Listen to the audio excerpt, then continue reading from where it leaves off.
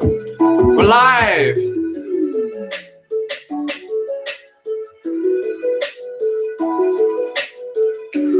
Welcome. This is Coffee with Ryan. Just having some fun here. You like those moves? I had to dig deep to find those moves. I had to dig deep. All right. Enough of that. How's it going, everyone? Welcome to Coffee with Ryan on Sorting Myself Out. And today I have a video I will watch with you. And this time it will not be slammed down by YouTube, I hope, knock on wood. And I think we're going to have a good time. Let me pull up the chat real quick and see who is joining us on this fine day. Okay, I got to go to, hold on a second. Ladies and gentlemen, thank you for joining. Sorry I didn't make it on yesterday.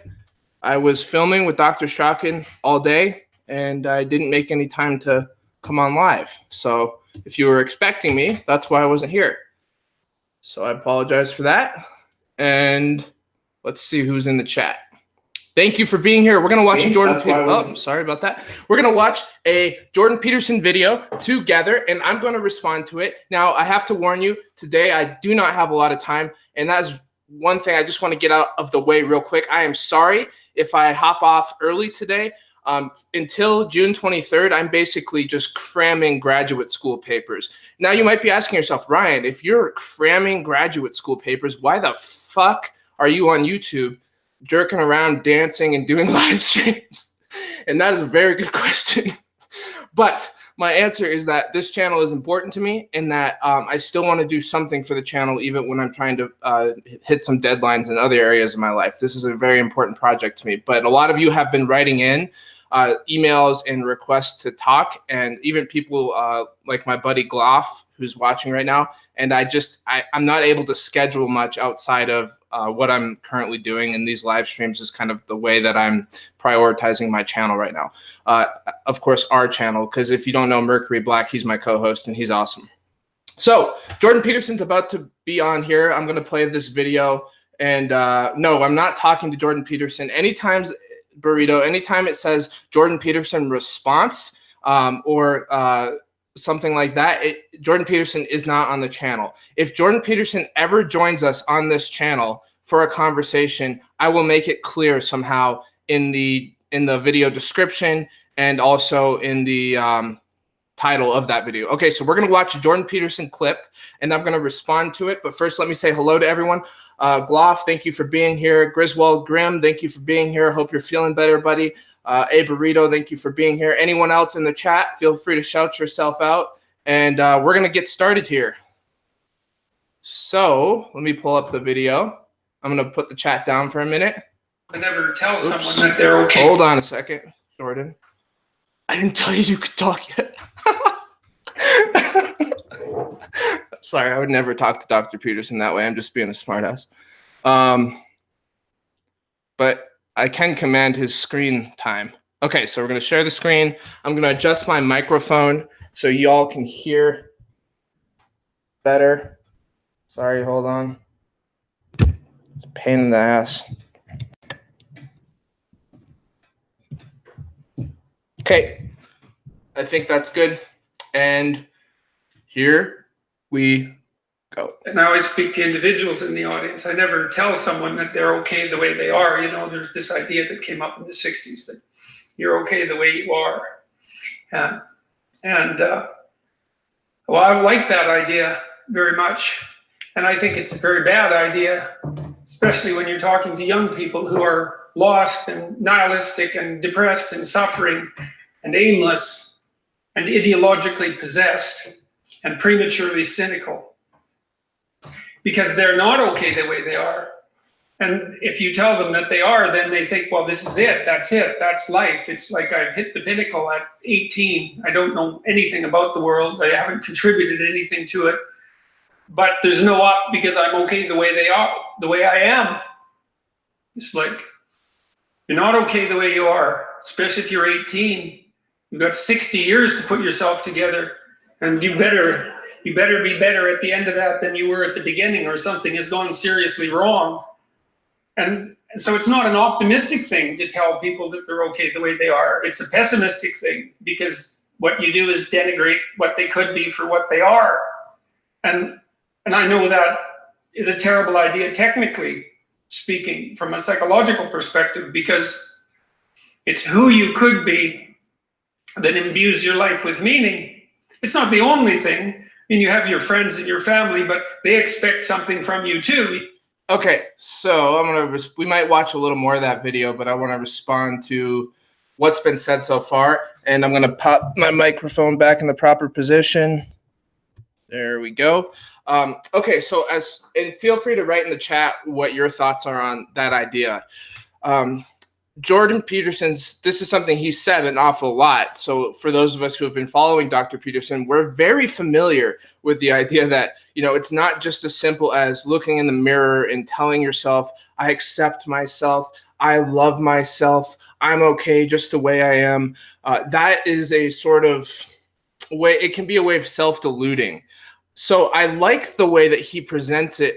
And there's some problems with it that I'll get into. And I don't want every time I respond to Jordan Peterson, I don't want it to just be Jordan's fan club. Although I respect him immensely and I view him as one of my teachers in psychology, even though I don't know him personally, I have a ton of respect for him, just like I have a ton of respect for Dr. Strachan, who I work with in person on a regular basis. But I don't agree with everything here, and I want to talk about both sides of the coin. So I hope that's okay with you. And it's not that I disagree per se, it's that I think I see a couple problems with saying that. One is that let's just take this apart from where does this idea come from? This is a very Western idea. It goes all the way back to the fundamental idea of original sin. This is something that has been pulled up through Judeo-Christian thought, and original sin is a very questionable idea. I'm not saying it's the wrong idea. I'm just saying it's something that we can put into question. Is it actually good to think in terms of original sin, where there's something horribly wrong with you and you need to sort yourself out? That is something that's up for debate. Now, I think that there's some value in thinking that way. For example, I just got back from the gym. I would have never gone to the gym if I didn't think that there was something I could be doing that was better than what I was doing. So that's the hierarchy of values that Peterson talks about. So I can see how just saying I'm okay the way I am is sort of type of nihilism, where you're just reducing everything to there is no value. It just is what it is. And, whatever you are is fine. Whereas to improving yourself, in order to make progress, if you believe in progress, within that idea is the idea that something could be better, right? Okay, I'm going to read a couple comments here. And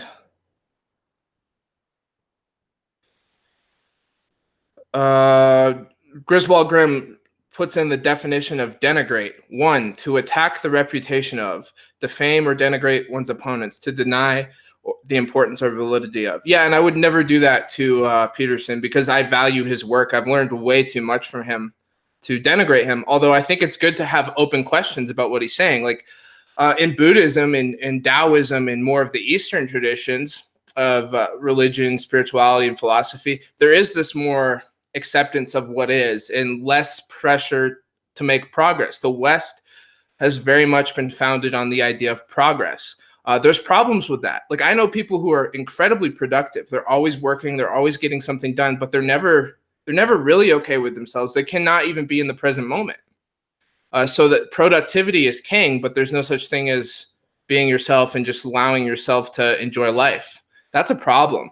Now, it's also a problem for some people doing nothing whatsoever, not being able to motivate, especially for young people, like Dr. Peterson aptly put, where they give themselves this messaging that they don't need to do anything. The world is their oyster. We're just here to kind of take what we need and ride the wave of life, and there's no struggle. And I think that's equally problematic. I think that from his position as a psychoanalyst, or excuse, that's a Freudian term, a psychologist, I think that he's got a reason to say that. And I think that comes from dozens of years of experience working with clients.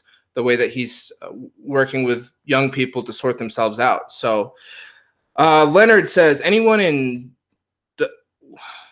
Asheville, Waynesville, WNC. Griswold Grin says, I'm so not in WNC. I don't even know what WNC means. I don't either. I'm not sure. I've heard Asheville and Waynesville, though. Burrito says, I respect him, too, talking about Peterson. But his wording could be a little more straightforward. Absolutely, I could see that. Leonard says, then definitely not you. Good morning. Good morning, Leonard. Griswold Grimm says, he said by telling people they're fine the way they are, you denigrate the potential self in favor of the current self. Oh, I see. I see, Grizz. Okay, yeah. Grizz, you went way over my head there. Yeah, I'll respond to that in a second. Empress of Eden. Have you invited Jordan Peterson to chat with you in Mercury yet? If not, you should. Great questions. Okay, let me address Griswold Grimm's first.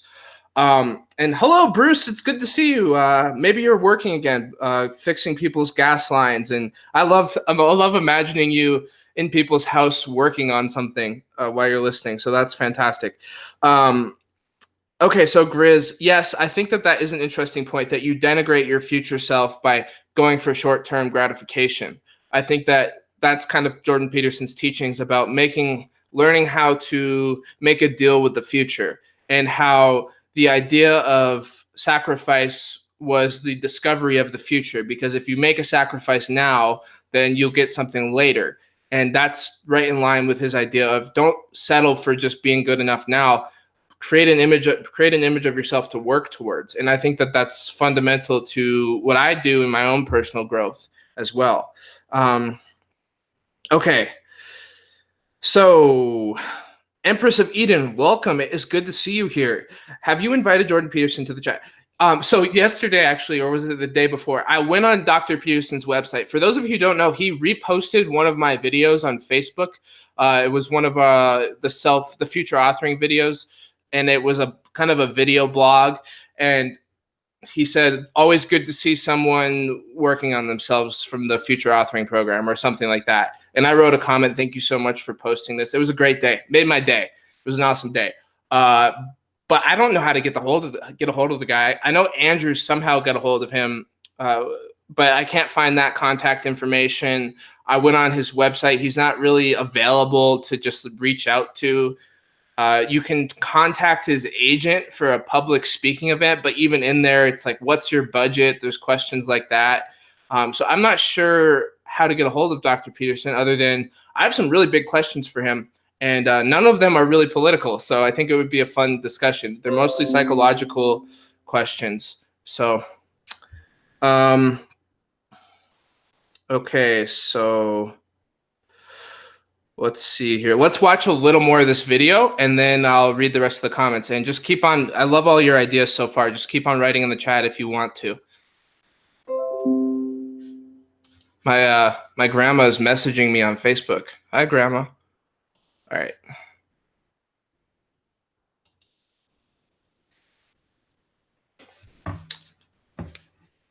Okay, hold on a second. This is a process. Expect the best from you. They expect a certain amount of improvement, especially if you have children. But even if you are a child, you might expect some improvement from your parents as well. But that's what you hope for, is you hope that the person can manifest what's best in them. And if they don't do that, then you're disappointed in them, just like you would be inexorably disappointed in yourself if you don't manifest what's best in you. And I think that's very interesting moral law. I talk a lot to my audiences about what I believe to be incontrovertible facts. And I think that the fundamental incontrovertible fact is that life is suffering. Okay, there we go. That's true. That's what he believes, and I think that's why he goes with the pessimistic underpinning in his philosophy. It's like, you damn well bloody sort yourself out, because if you don't, like, you're just going to be left hanging, and you're going to be too weak to deal with the suffering of life. If life was all roses and ice cream and, of course, roses with no thorns and easy, then there would be no struggle, right? So I don't know this. Here's another thing for Dr. Peterson, questions that I have for him, because it always seems to me that he thinks the two fundamental polarities of reality are good and evil. And I had a dream about him. And in that dream, and I've had several dreams about Dr. Peterson, you could say, maybe I'm like obsessed. I'm just kidding. I've not like all the time. Don't get me wrong. I'm not dreaming about him like every night. Like we're talking like once or twice every 6 months. Okay. It's not too weird. I hope I don't scare him off, but he is an important figure in my life. Okay. So in that dream, I saw him and I say, so let me get this straight. You believe the two fundamental polarities of reality are good and evil? And he was like, yes, I do believe that. So that's just my dream. Who knows if he actually believes that? But I thought that was interesting. And if the fundamental fact of reality is suffering, if that's the most true thing, could we really say that suffering is the most real thing? That to me seems questionable. Like maybe that which overcomes suffering is the most real thing. I think he might have even said that before. But to me, stopping at life is just suffering. Even in the Four Noble Truths of Buddhism, the first is that life is suffering. The second is, I think that attachment is the root of all suffering. The third is that there is a way out of suffering.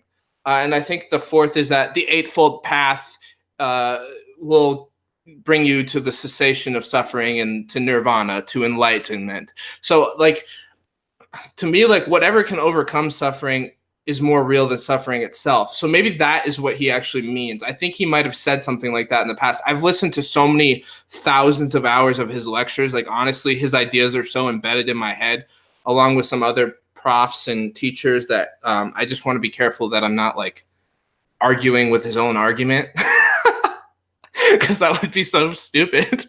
And I probably am. I'm going to read the chat. This is fun. Okay. Okay, we've got a lot of chats here. This is awesome. Okay, so Gloff says Peterson I don't know how to pronounce this word. Obfuscates. I don't never use Gloff. You always pull out a word that I don't use. You're clutch, man. But I think that means like says things that means saying things that's not intelligible. Obfuscates. I don't know how to pronounce it. Sorry, folks. Maybe I'll. You know what? I'm going to use that in one of my graduate papers so I master it. You have to be a fool before you can be a master. I want to master that word someday. Probably will take me a while. So you're saying he says things that aren't clear, essentially. And then Bruce disagrees and says Jordan's very careful with his words. Yeah, I mean, I find him to be clear, Gloff. But I could see why some people think he's just babbling. A lot of people think he's just using really complicated terms to say something simple. That's one of the main criticisms that get leveled against him. So that kind of makes sense, I guess. Let's talk about that when we do our podcast, Gloff. That's an interesting idea.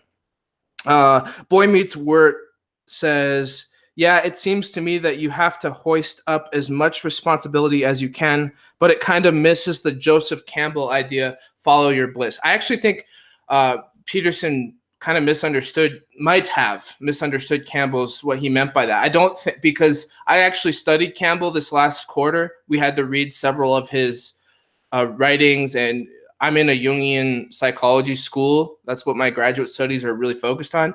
I don't know if Peterson, I mean, for me to say that Peterson misunderstood Campbell is probably really a silly thing, because he's probably read way more of it than me, but I need to stop apologizing for disagreeing with Peterson.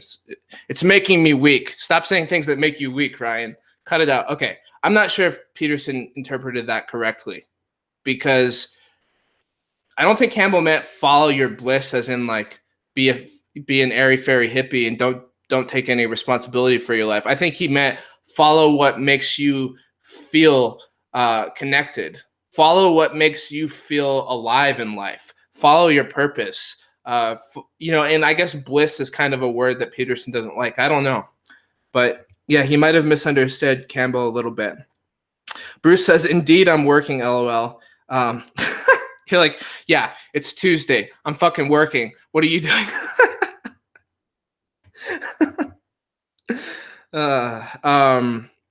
Leonard says, no Gloff. Peterson expounds. Griswold Grimm says, speakers have a set amount of time to fill in situations like this. Boy Meets Wart says, I think I've heard Peterson say he's not the biggest fan of Follow Your Bliss, but I think it's equally as potent as Peterson's message. Yeah, I don't know how much Campbell he's read, but my experience of reading Campbell is not a lack of responsibility in any way that I've noticed. So,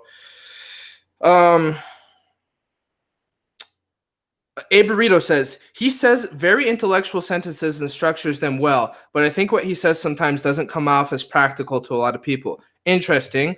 Not sure, but that's an interesting idea. You could expand a little bit if you want. Boy Meets Wart says, hey, Ryan, have you signed up for Peterson's new social media app? Yes, I'm on the waiting list. It's called ThinkSpot.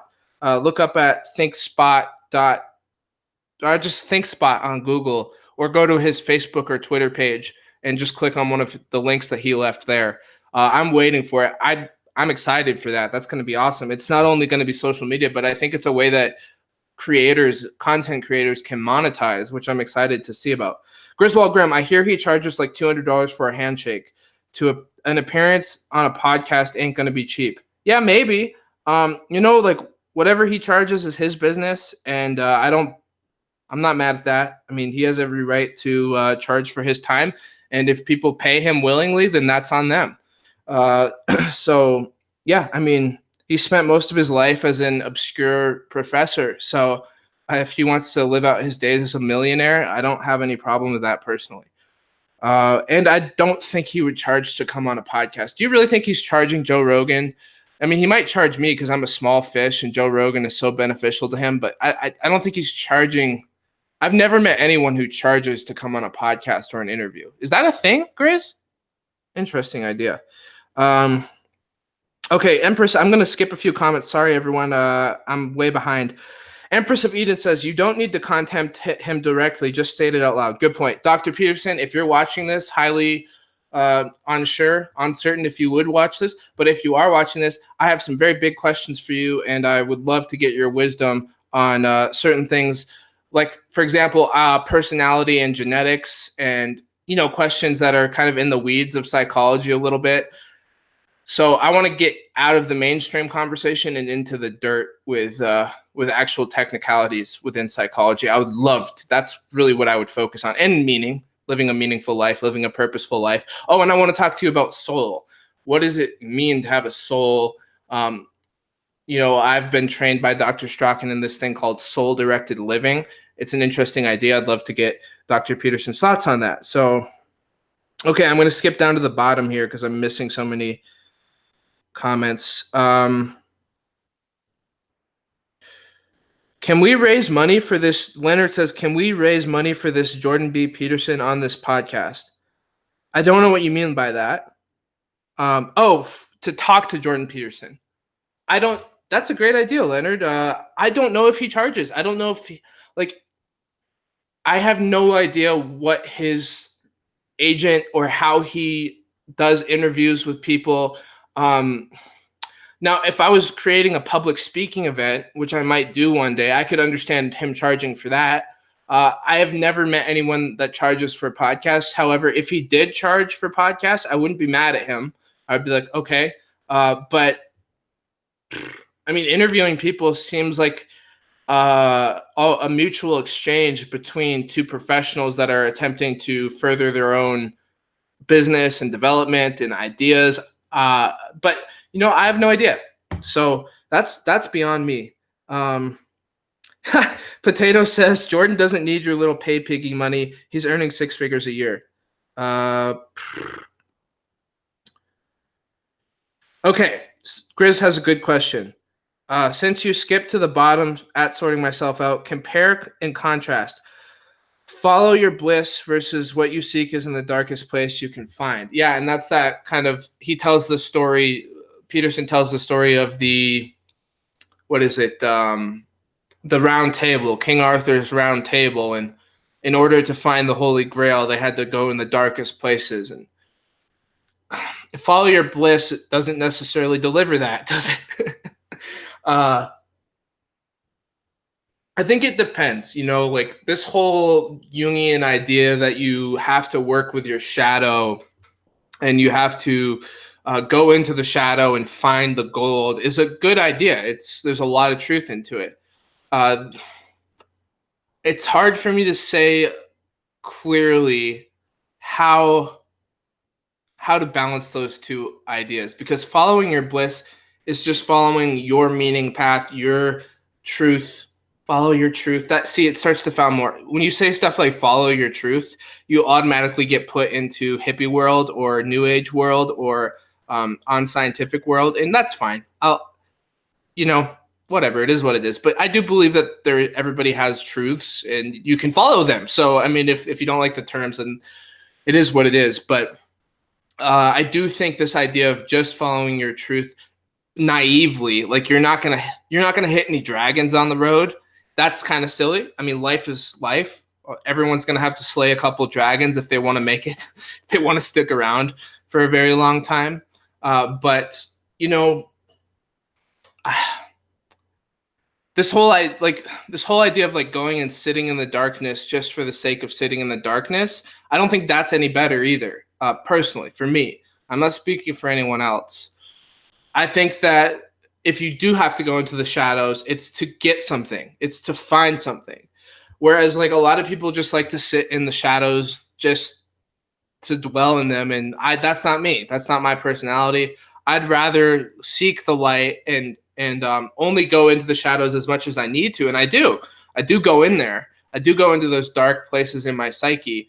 But I'm also very careful because it's easy to perpetuate them by going into them. Your experience is creating neural pathways in your brain. So the more you create an experience of darkness, that experience can proliferate itself across time in your life. So like if I have to go into the parts of myself to integrate my shadow, so to speak, to integrate my aggression, to integrate my resentment, to integrate my bitterness, my sadness, my grief, it's like I'm getting in and I'm getting out. I'm not going in there to like take a bath. Now, there's some people that do, and that's fine. I'm just talking about myself. It's just my personal way that I work my life. I don't put this on anyone else. I'll leave that to you all to figure out for yourselves. So that's kind of where I stand with those ideas. And now, again, I mean, I'm not saying that everyone chooses their feelings. I mean, some people are feeling dark feelings all the time, and they don't feel like they have any sense of empowerment within that. So I'm just talking about me. Okay, we've got some more comments here. James says, haha, take a bath in the shadow. Yeah, I'm not going down there to scrub myself and really enjoy. All right, let's listen to another minute of this Peterson clip. Less than a minute. I don't want to take too much of his content since this is a shorter video of his, and I don't know. Just want to be respectful. Although we use so much of his content, what does it matter? You know what I mean? Does it really? I have no idea if it matters or not. I mean, we'll see. Let's do it.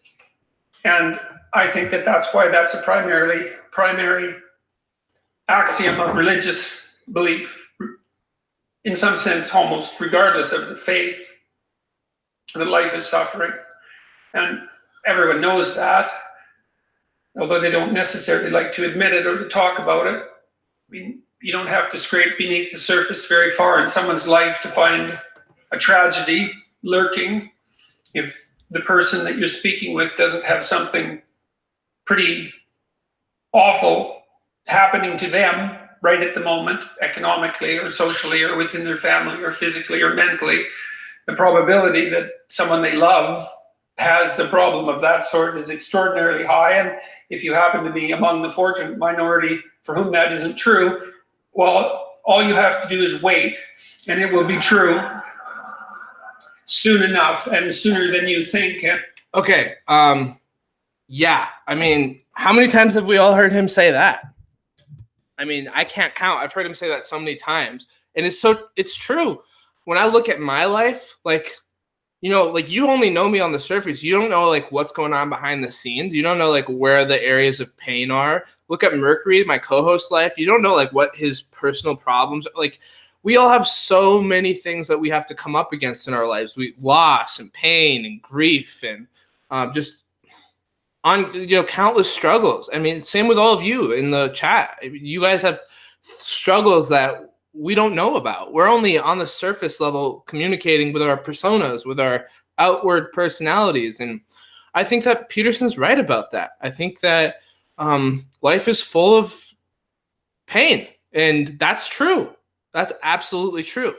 Now, the question is, how much joy is there as well? Is joy as equally true as suffering, or is suffering more real than joy? What do you think? I mean, to me, I can experience both things, but I'm also like Peterson's twice my age, at least. No, he's more than twice my age. So he's been around long enough to see enough life and see enough suffering and work with enough clients to really see how bad it can get. Like he's been to the darkest places, the psych wards, the asylums, the prisons, the clients that just can't get out of their mind. They're going crazy or what, I don't mean to use offensive language to anyone who does experience those, not to be politically correct, but I know like Mercury talks about, there's like certain terms for people who experience going with extreme mental states, and sometimes crazy hurts their feelings. And, Mercury of course has been institutionalized. So I try to be careful because he's my buddy, but don't worry. I'm not being too, don't worry. I'm not politically correct. I promise. Please don't hate me. I'm just kidding. Please accept me. Too real. What was I even saying? Anyways, good stuff, Peterson. I love Peterson. Great idea. If you haven't read Maps of Meaning and you have an intellectual appetite, highly recommend it. One of the best books I've ever read. There it is. And yeah, I think it's all up for debate. His way of looking at it through the pessimistic lens can ultimately end up being one of the most optimistic things. And that's what's beautiful about his message. Is like if you accept the suffering of life, then you can have meaning. And if you can have meaning, then you might even be able to have joy or all these other good things. And life is worth living. And I like his message. But it's all up for debate. Dr. Strachan always tells me nobody has a corner on truth. We're all part of the great mystery of the universe, trying to make sense of it. So it's all up for discussion, and he's a part of that discussion, and I think it's important. Let me read some more of your comments here. Okay, I love how many people are here. Thank you so much for being here, everyone. You're making my day. Fantastic. Okay. Potato says suffering and joy are both real. Absolutely.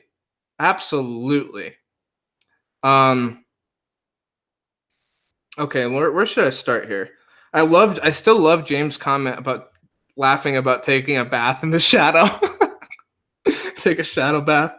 Okay, sorry, I'm missing some comments here. Wolf's Lair. You can very much see the sorrow in people's eyes when you look at them from the right angle. Look at my eyes. Can you see it? But yeah, sorry. I'm being funny. I agree with that. And that's the truth right there. It's amazing how much eyes can communicate. Balanced Boy. By the way, I love that username, Balanced Boy. You're Burrito. You're asking him to give practical how advice to an entire audience of people. It cannot be done. Okay, let's address that real quick. That's really important. It is not fair to expect a public speaker to address every minute alteration of possible realities and variations and life situation. Context. Like when someone gives meta advice, like here's how you should live your life. Like, yeah, in what context? It's always gonna, like, my life, what I need to do is different. There's no handbook to how to deal with life. Like the Bible and certain religious texts are the closest attempts to handbooks to life. And the psychologists over the past 100 years or so have been doing that, and philosophers, but there's no like guidebook to every decision you're going to make, to whether you should stay with someone or get a divorce, or what job you should get, or all these things are so nuanced. It's all up to you. And so when someone gives advice, like if you're learning from someone, you have to figure out, how does this apply to me? Because just because there's this grand theme of ways to find meaning, it's going to be really unique to how you apply it. So I think that that's balanced boy. I think that that's a fantastic point. Jason Arnold says, I think joy overwhelms the dark. I've experienced some serious joys in life that don't even compare to my darkness. Yes. One of my mentors told me that there was one of these dark times in his life, and this really, what he just called it, like dark energy was coming into him, and he just started laughing at it because he realized that it had no power over his joy if he just believed in, he didn't use the word joy, but it had no power over the light if he just surrendered to the better parts of him, and it went away. So, Jordan Peterson seems to me to be more of an Old Testament guy. He's more focused on the suffering and the grit that it takes to get through life. And even his analysis of the biblical studies, he does focus, maybe because he hasn't had a chance to get to the New Testament, but even his philosophy seems more focused on an Old Testament worldview. Whereas if you think of the redeeming aspects of Christ, a lot of that is about, it's all good. You're not that it's all good, but if you embrace your suffering and accept the light of God, so to speak, that you're redeemed, and that it's a simple choice that you can make in your life. That's kind of the message I get from it. I'm just throwing stuff out there, everyone. I don't know. Could be something to it. Although he does talk about how Jung, one of the things that Jung criticized about, he didn't criticize, but what he said that Christ was missing some of that grit, some of that almost, like the punishing side of God that was in the Old Testament. And so it came back in Revelations as a compensation for the fact that Christ missed that aspect of delivery in his message in the beginnings of the New Testament. So it's all interesting philosophy, everyone. It's just interesting ideas. Okay, I'm going to keep going down here. Ash B, welcome. I heard a utilitarian argument recently that the most painful pain is worse than the greatest joy is good. They use this notion to argue that good life can largely consist of avoiding pain. Sorry for the long comment. Okay, never apologize to me for a long comment. I'll read it if I can, and if I can't read it, then I won't. But you write as much as you want. I want you to participate in this and never apologize, please. I just am happy you're here. Ash B says this. A Burrito says the same thing to Ash B. Thank you for backing me up on that. Trexer, a lot of joy comes as a result of getting through struggles and realizing you got stronger. Absolutely. One thing I realized when I was a kid, I was having a really hard time. And this line came to my head. I think I was like 12 or something. Struggle makes strength. Struggle makes strength. And I think for me, that's proven to be true.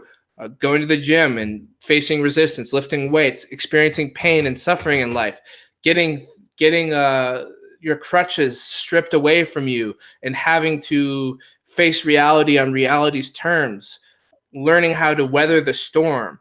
These are all things that are incredible.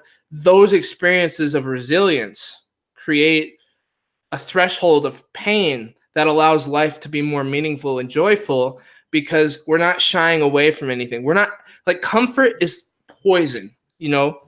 Tom Brown Jr. is a great teacher. He talks about this a lot. Comfort is poisoning you.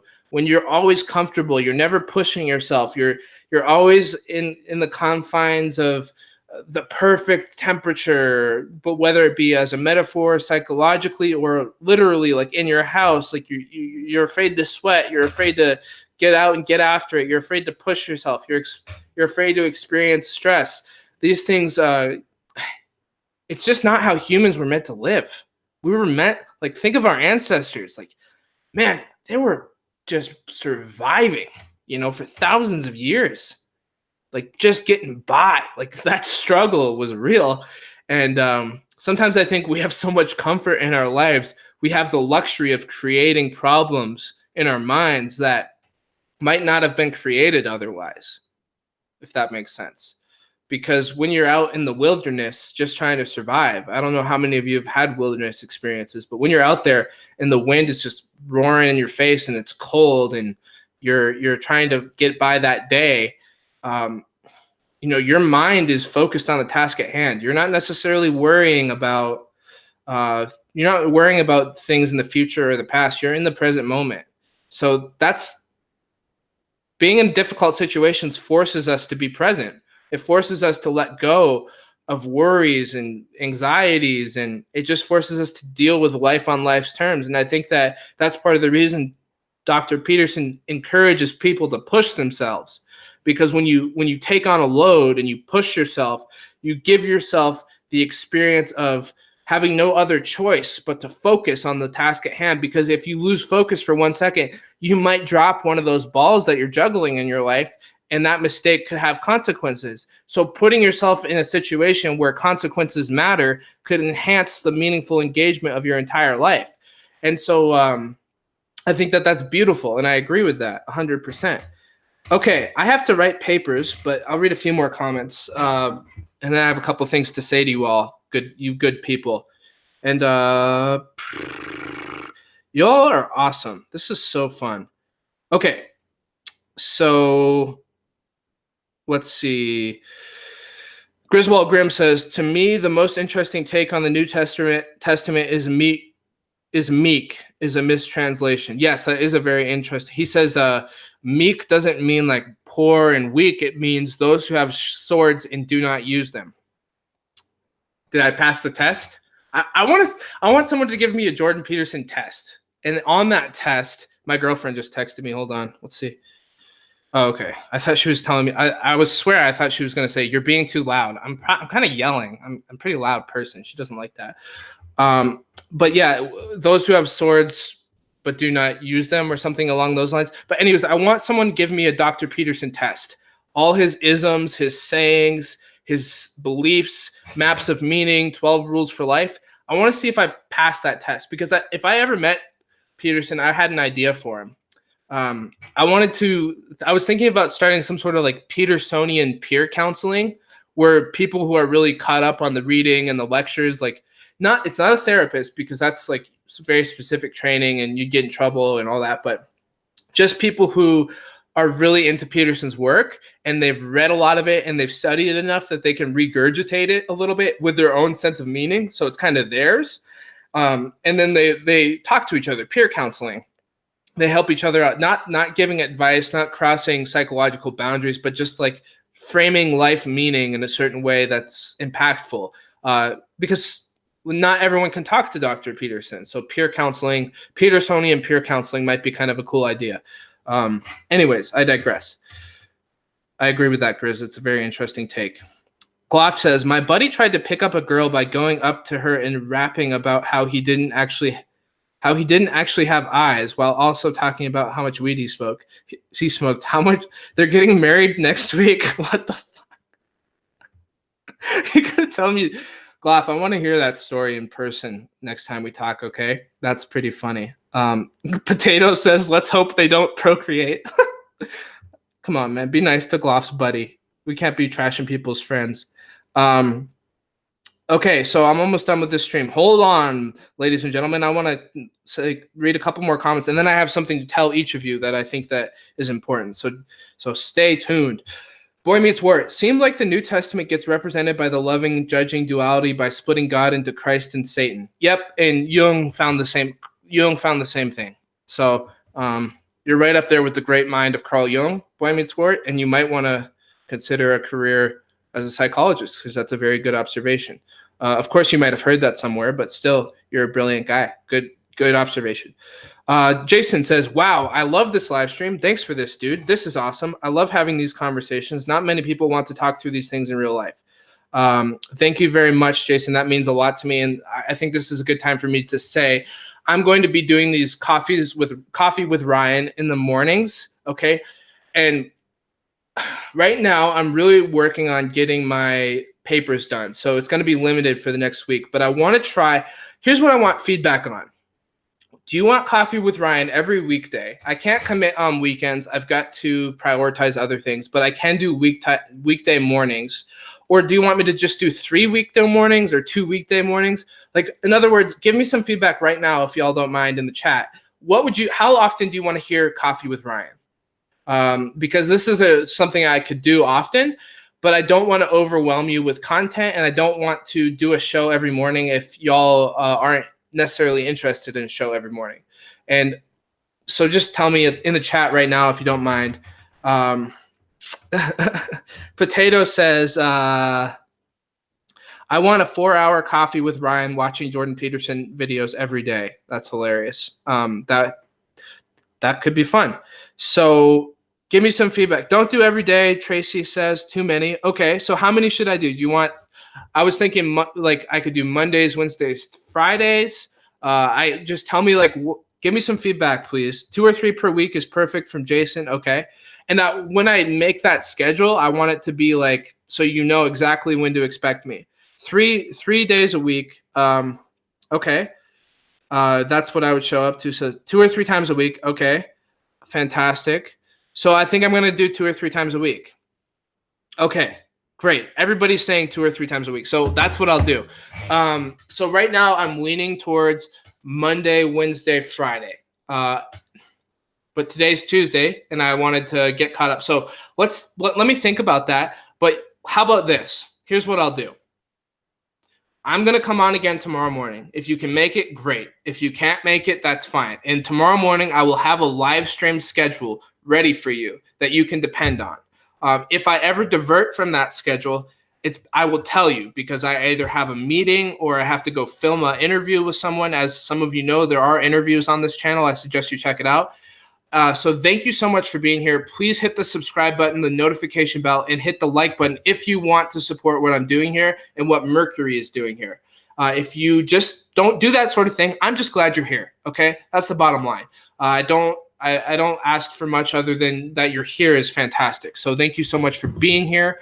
And I will put a link to Dr. Peterson's video in the description after I end this stream so that you can see that. Okay, so I'll see whoever wants to join me tomorrow morning. I will be here, and I will be here. Let me give you a time. Tomorrow morning, I will be here at 9:30 a.m. Mountain Standard Time, 11:30 a.m. Eastern Time for maybe 30 minutes, probably tops, so I can get back to writing, and I will give you my live stream schedule for the time being. Thank you so much for joining us, and we love you very much. Mercury and I are very grateful for you. Go check out some of our other videos if you're enjoying this type of content. We have all sorts of different things that we do on this channel. You are all fantastic, and we really embrace all our listeners. Like, we do video calls and audience sessions. We talk to, I email back and forth as much as I can. Right now, I'm pausing emails until my papers are done, but we really embrace this as a community of peers that respect one another and are trying to learn together. So we're really grateful for all of you. And yeah, so I will see you all tomorrow. Goodbye. Thank you so much.